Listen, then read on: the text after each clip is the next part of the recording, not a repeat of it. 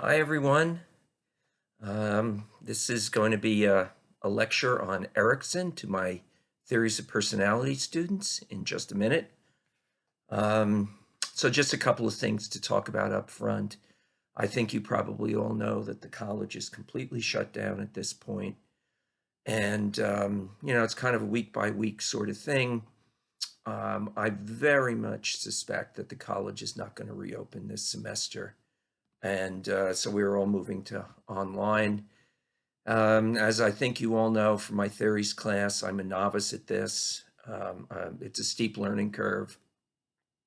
And so what I'm doing currently at this point is I am uploading my lectures onto YouTube, and I will send you the link to this video, and as well as some other emails. So we finished Adler last class, the week before last, and today we're going to cover Erikson's theory. Now, you should all have a copy of the midterm, I believe, and I will email you specifics about that. We went over it the week before last in class. You know that there are 4 extended essay questions on that handout, and you're going to do 2 of the 4. So you'll hear more from me on that. So this is a weird deal for all of us. I've been teaching college for a lot of years and thought I had seen everything. I clearly haven't. I hope you're all well and taking good care of yourselves and the people in your lives. I know that this is a stressful time for everybody, and certainly for you, my students. We're going to work together on this. We're going to get this done. Also, I may give you some extra credit grading opportunities, or I may tweak the grading just a little bit, but I promise you that whatever I do, it's going to be student friendly. This is not the time to add complexity. And as I said before, this is not an online class, but it's become one now. So I think that as I get into it a little bit more, hopefully it'll get a little smoother, and we'll smooth some of those rough edges. I imagine some of you with some of your other classes might be using Zoom. I read a funny story the other day about asking students, college students who are using Zoom, to not go online unless they're wearing clothes. There must be an interesting story there. You may occasionally see my cats in the background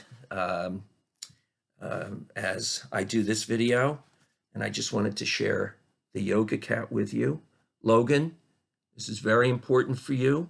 I hope you understand the significance of this. It has no significance at all. I just had to share it.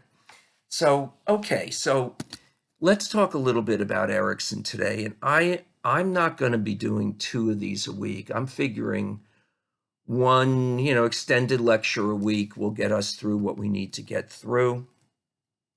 And I know that some of you have studied Erikson already in other psych classes. Really, other than Freud, probably Erikson's theory in the United States is one of the most commonly covered theories of personality, and there's a good reason for that. Erikson's theory is really designed to understand personality development, especially in countries like the United States. One way to think of Erikson is that Erikson took some of the best pieces of Freud's psychoanalysis, both Anna and Sigmund Freud, and Americanized it, turned it into an American sort of point of view.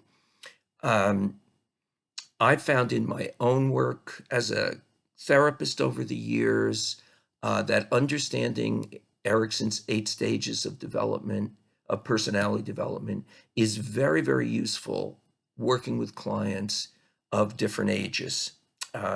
So to start with, I kind of mentioned this a moment ago. Erikson, what a great name, Erik Erikson, Erikson. Actually a Jewish guy who as a Jewish guy, wanted to change my name, to something like that, Sven Hogelgaard or something, but I'm stuck with Rich Linden. Erikson's mentor was Anna Freud, and that's a real important thing to take away. Early in his career, he was significantly influenced by the work of Anna, and especially her work on understanding child personality development, as well as her work on defense mechanisms. So in some ways, you're going to see the influence of Anna Freud's work into his theory.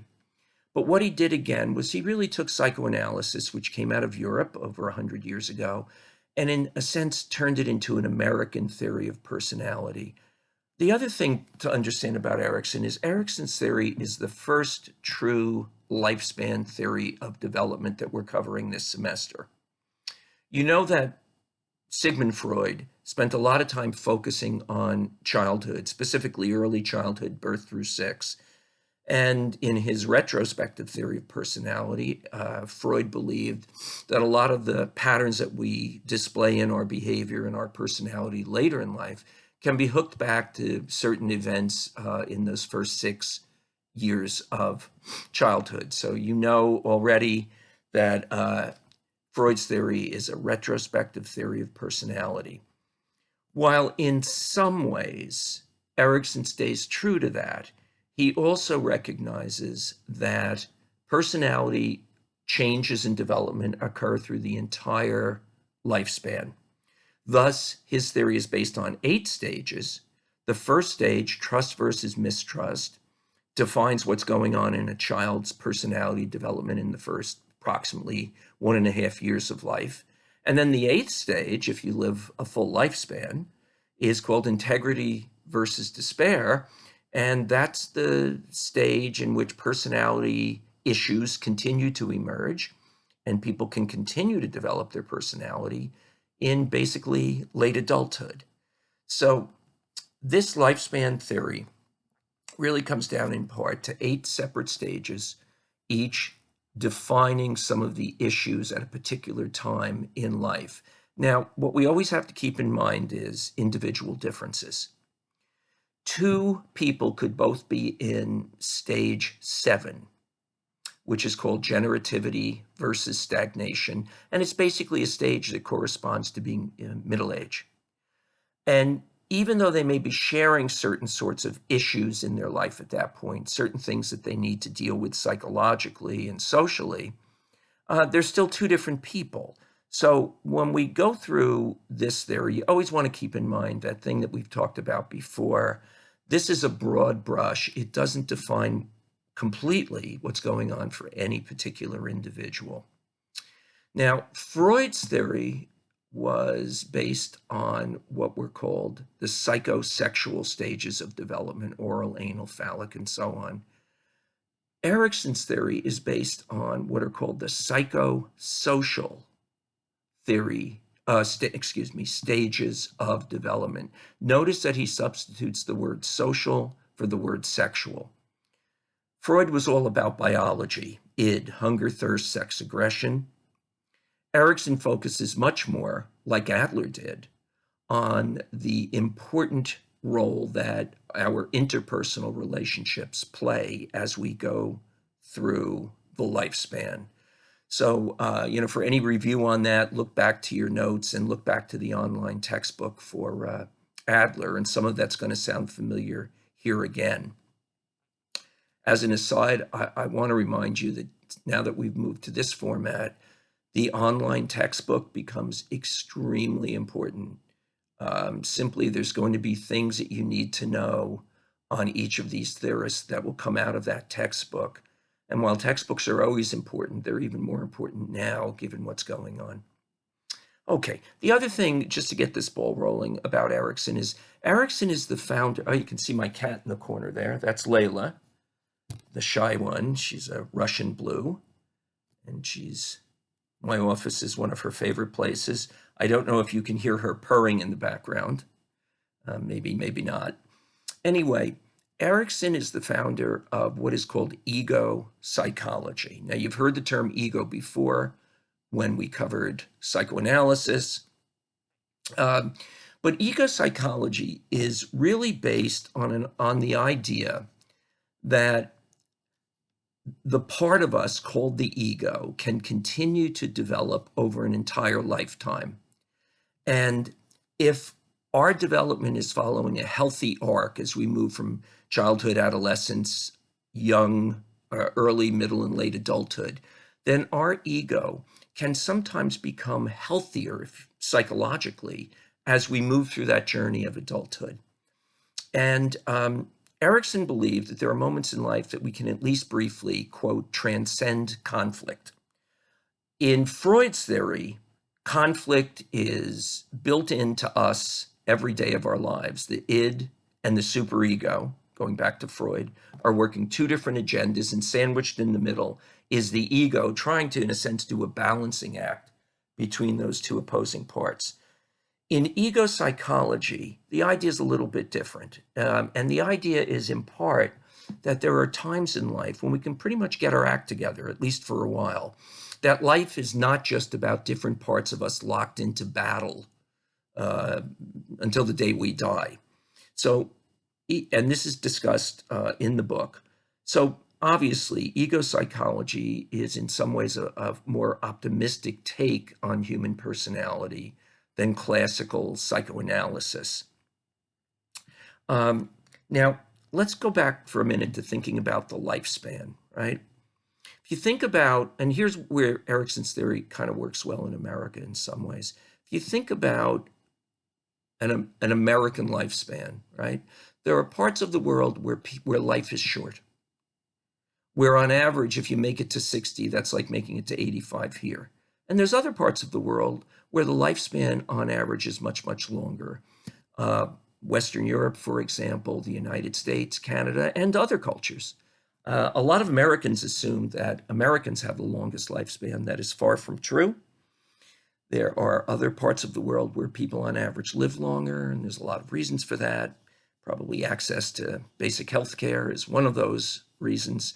But our lifespans are long. Now, if you think about being born and living in America and having a reasonable likelihood to make it to 80, 85, even 90, right? Where are we going to spend most of our time on that lifespan? Not as children, not as teenagers or adolescents, but in adulthood. One of the things that Erikson pointed out, importantly, was we will spend more time between the ages of 20 or 25 to 80 or 85 in this long process called adulthood than any other time in our life. And Erikson found it rather obvious that there are still changes that we will go through from 20 to 40, 40 to 60, 60 to 80, and that our personality is not set in solid cement.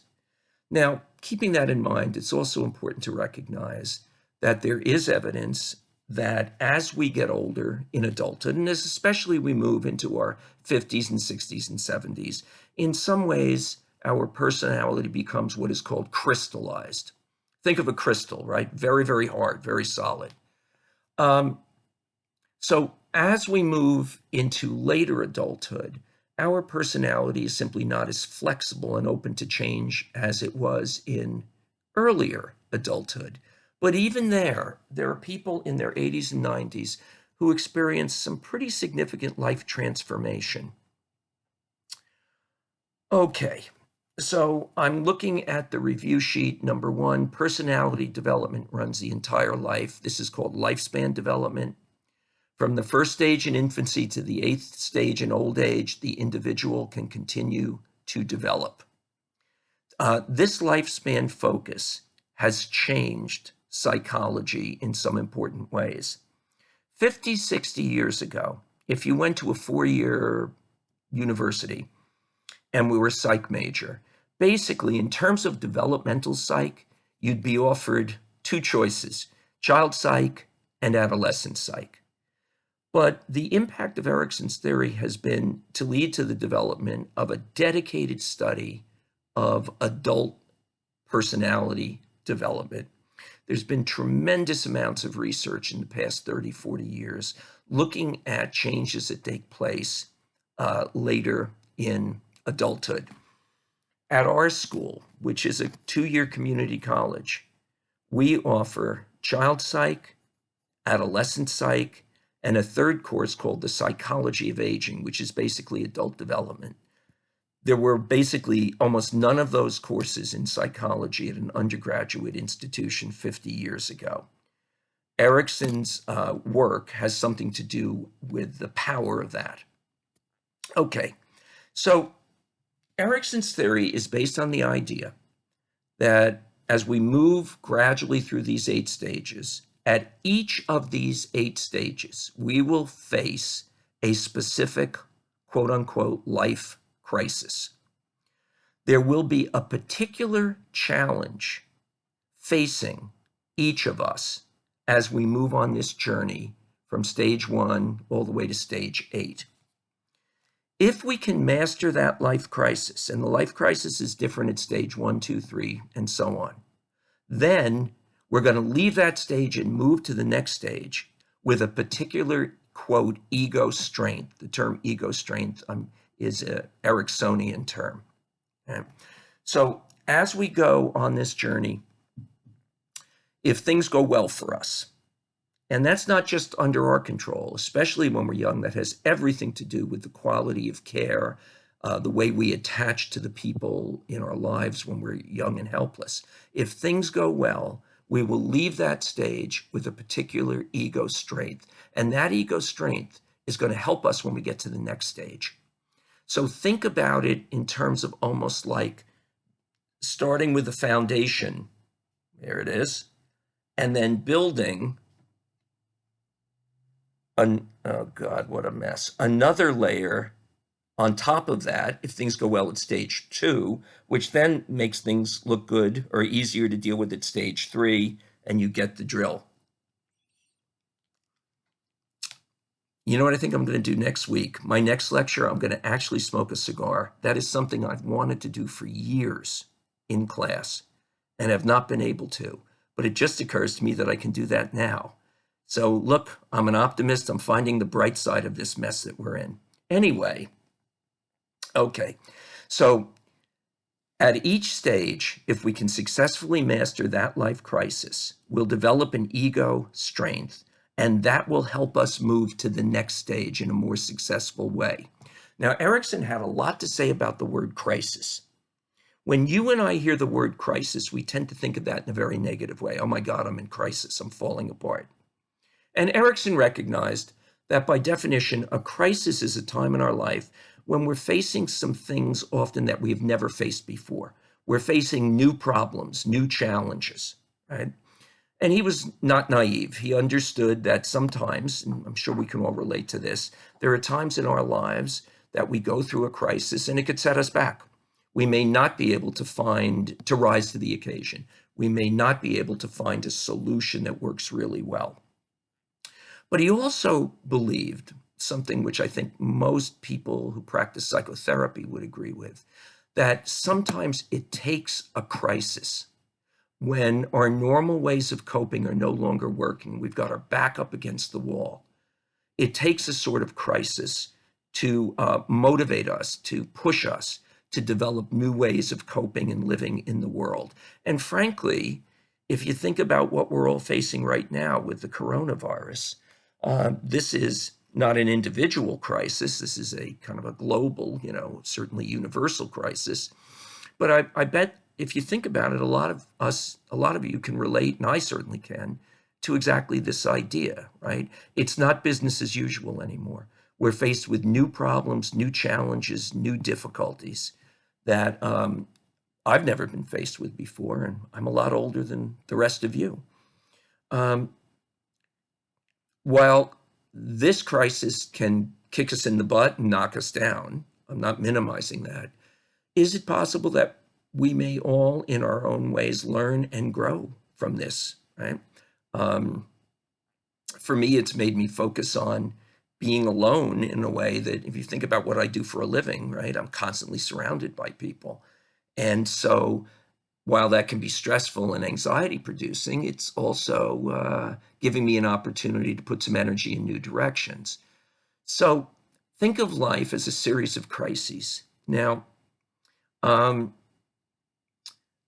Erikson notes that in the Chinese languages, the word crisis has a dual meaning. It means danger, but it also means opportunity.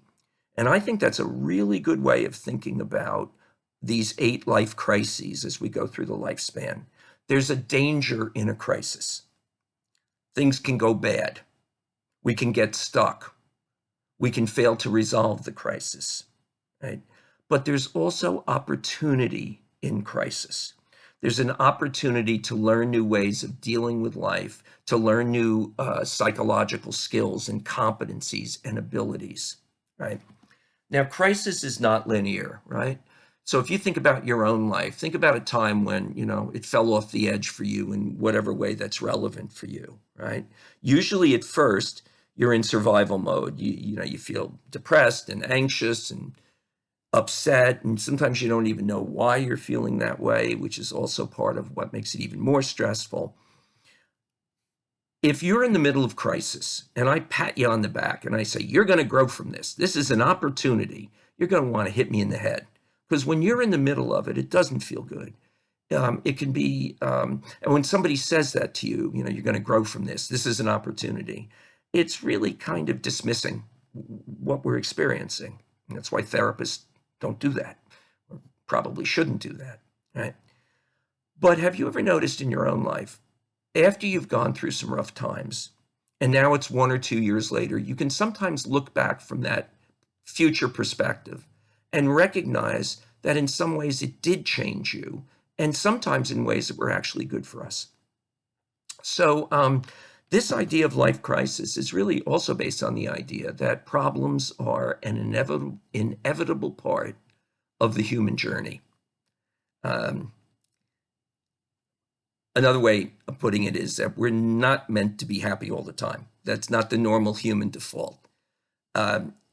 So let me talk a little bit about these crises in life. And I now want to introduce a term that's a very important term in understanding Erikson's theory. And this would be number 3 on the review sheet that I hope you have with you.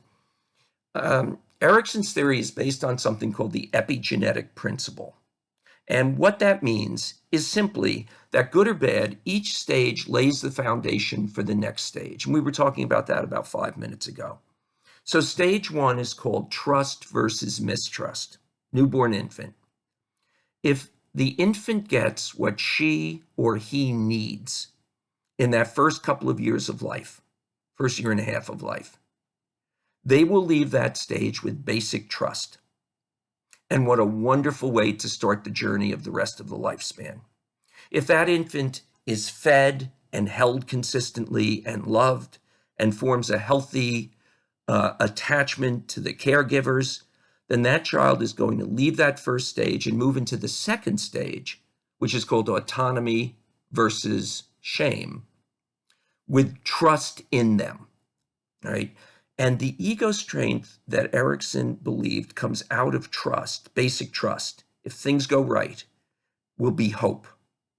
Starting life with a sense of hope, if that's in you, if you've internalized that, owned it, taken it in, is the best way to start the journey of the other 7 stages of development. But sometimes things don't go well. And the epigenetic principle is also saying that if an infant leaves that first stage more with basic mistrust than basic trust, that lack of hope, that lack of safety will make the second stage in some ways more challenging for that infant. Now, here's where Erikson's theory is optimistic.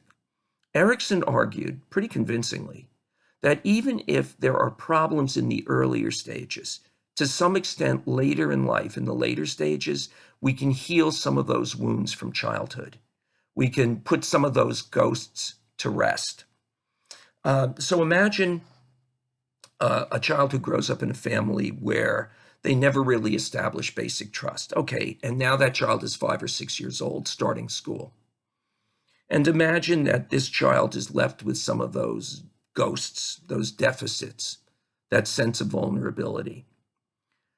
Is it possible, Erikson asks, that somebody could come into that child's life at the age of 5, 10, or 15 and give that child what Carl Rogers called a corrective emotional experience?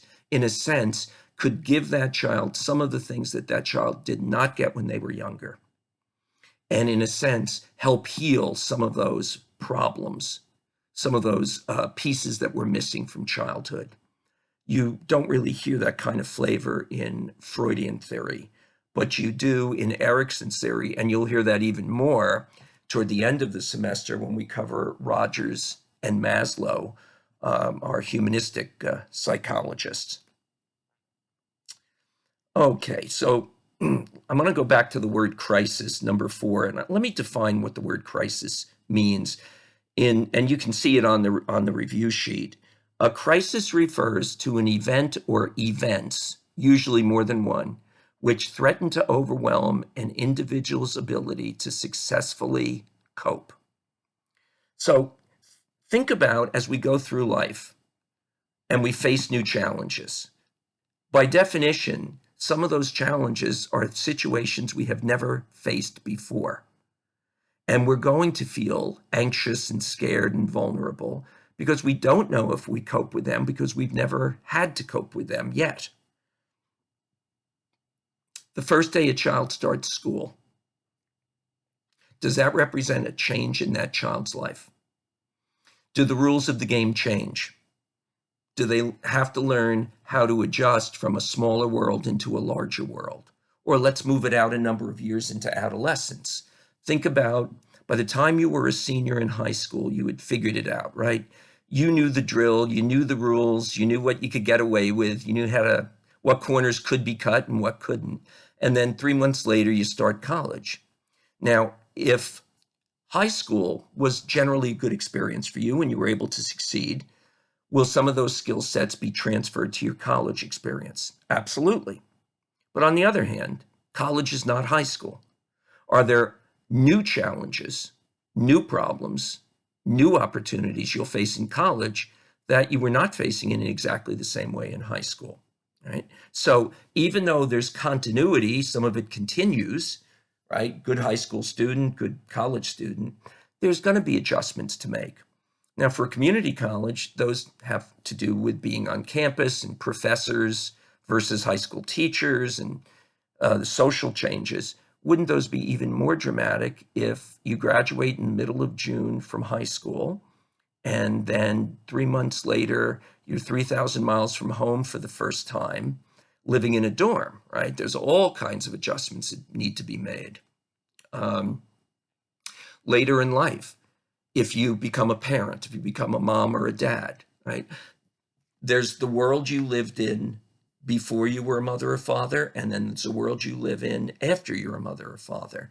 And while there are obviously carryover and continuity, you're faced with new sorts of things that you have never been faced with before. And another example that Erikson talks about is the death of a parent. And there's a really good saying in psychology, which is the idea that you're not fully a grown-up, you're not fully an adult until your parents are gone. That even if you're 60 years old and your mom is 85, if she's still alive, you can still in some ways frame your role, your social role as being the child. Once mom is gone, you're in a brand new position, okay?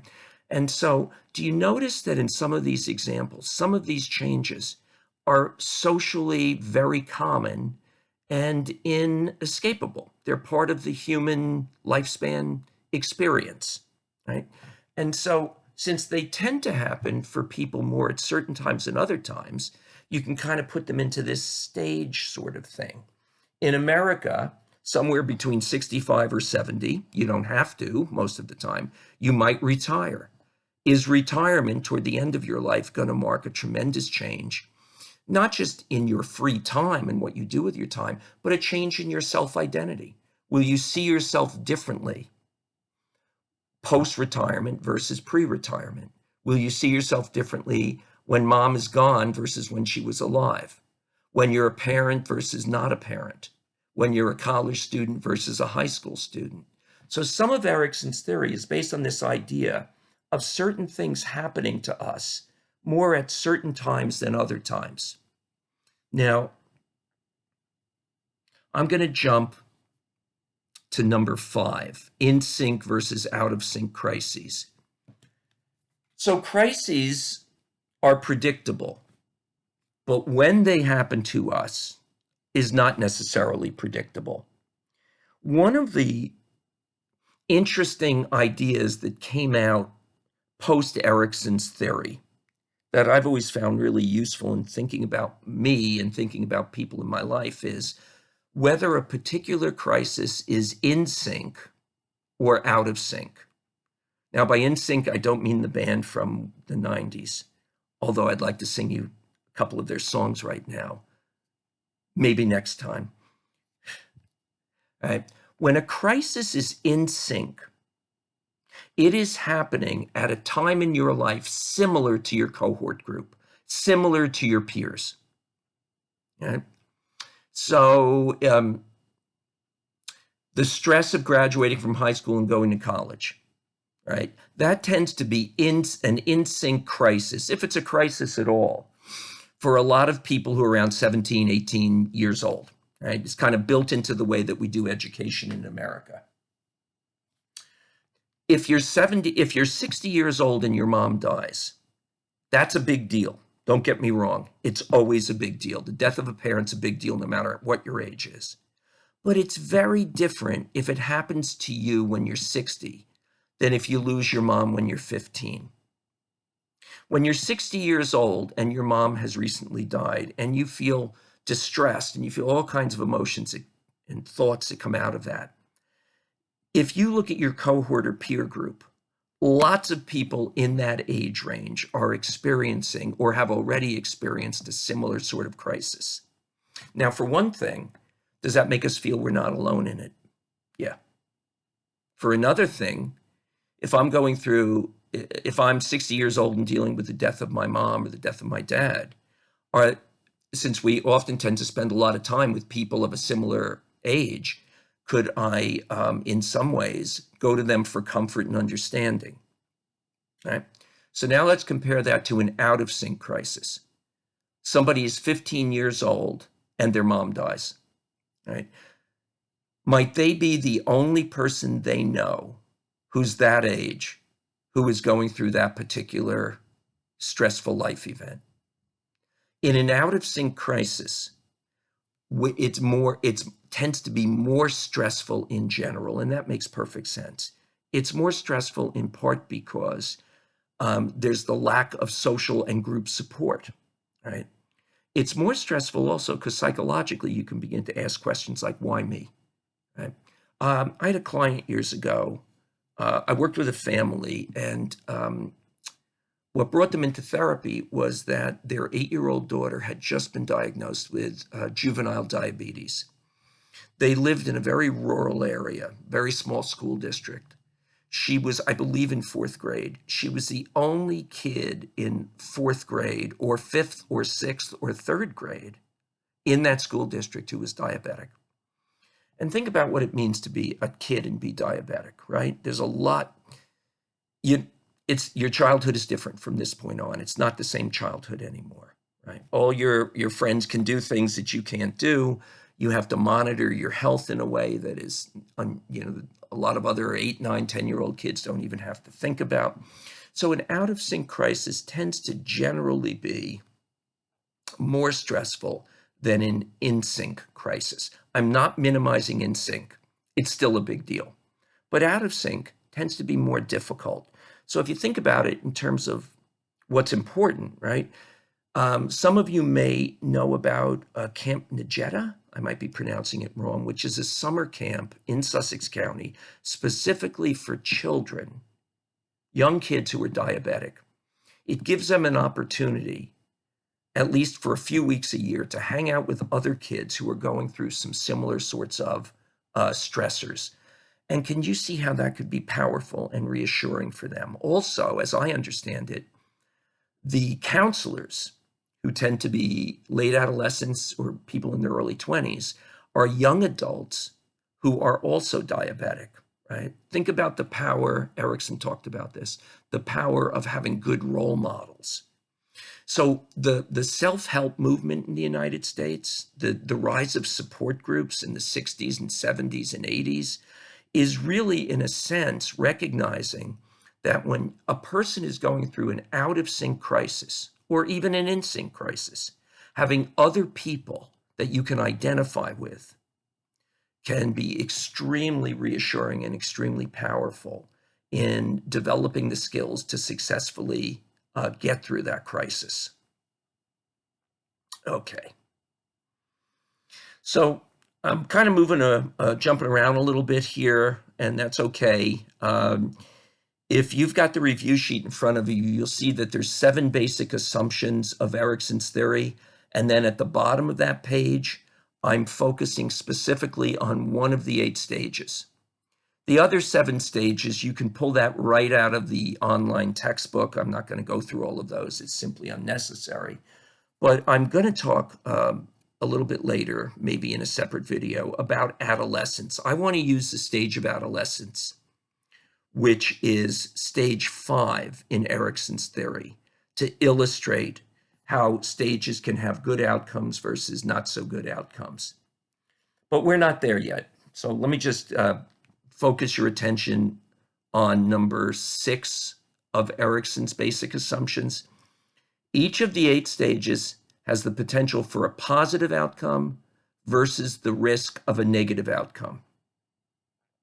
The positive outcome will lead to a specific ego strength, which will be brought to the next stage. And I talked about this earlier. If things go well in stage 1, trust versus mistrust, the positive outcome is the development in that baby of a sense of hope. And then you'll bring that hope to the second stage of autonomy versus shame.